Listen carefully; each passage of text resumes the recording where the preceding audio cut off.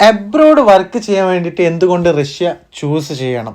Comparing to other countries, റഷ്യയിലെ monthly expense വളരെ കുറവാണ്. നിങ്ങൾ ഏത് കമ്പനി വഴിയാണ് വരുന്നത്, ഇവിടെയുള്ള ഒട്ടുമിക്ക കമ്പനികളും അവരുടെ ലേബേഴ്സിന് അക്കോമഡേഷൻ ആൻഡ് ഫുഡ് പ്രൊവൈഡ് ചെയ്യുന്നുണ്ട്. ഓക്കെ, റഷ്യയിൽ നിങ്ങൾക്ക് ഡിഗ്രി ഇല്ലെങ്കിൽ കൂടെ ഒരുപാട് ജോബ് ഓപ്പർച്യൂണിറ്റീസ് റഷ്യയിൽ അവൈലബിൾ ആണ്. അതും തന്നെ നല്ല മികച്ച സാലറിയോട് കൂടി.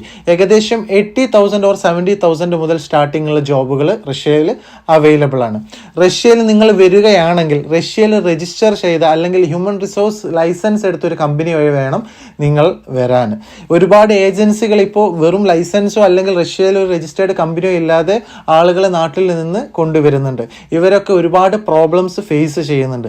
സോ ഇങ്ങനെയൊന്നുള്ള സ്കാമുകളോ അല്ലെങ്കിൽ ഇങ്ങനത്തെ ഫ്രോഡ് പരിപാടികൾ ഒരിക്കലും നിങ്ങൾ പോയി പെടരുത്. സോ ജോബുമായി ബന്ധപ്പെട്ട് നിങ്ങൾക്ക് എന്തെങ്കിലും സംശയം ഉണ്ടെങ്കിൽ എന്നെ കോൺടാക്ട് ചെയ്യാവുന്നതാണ്.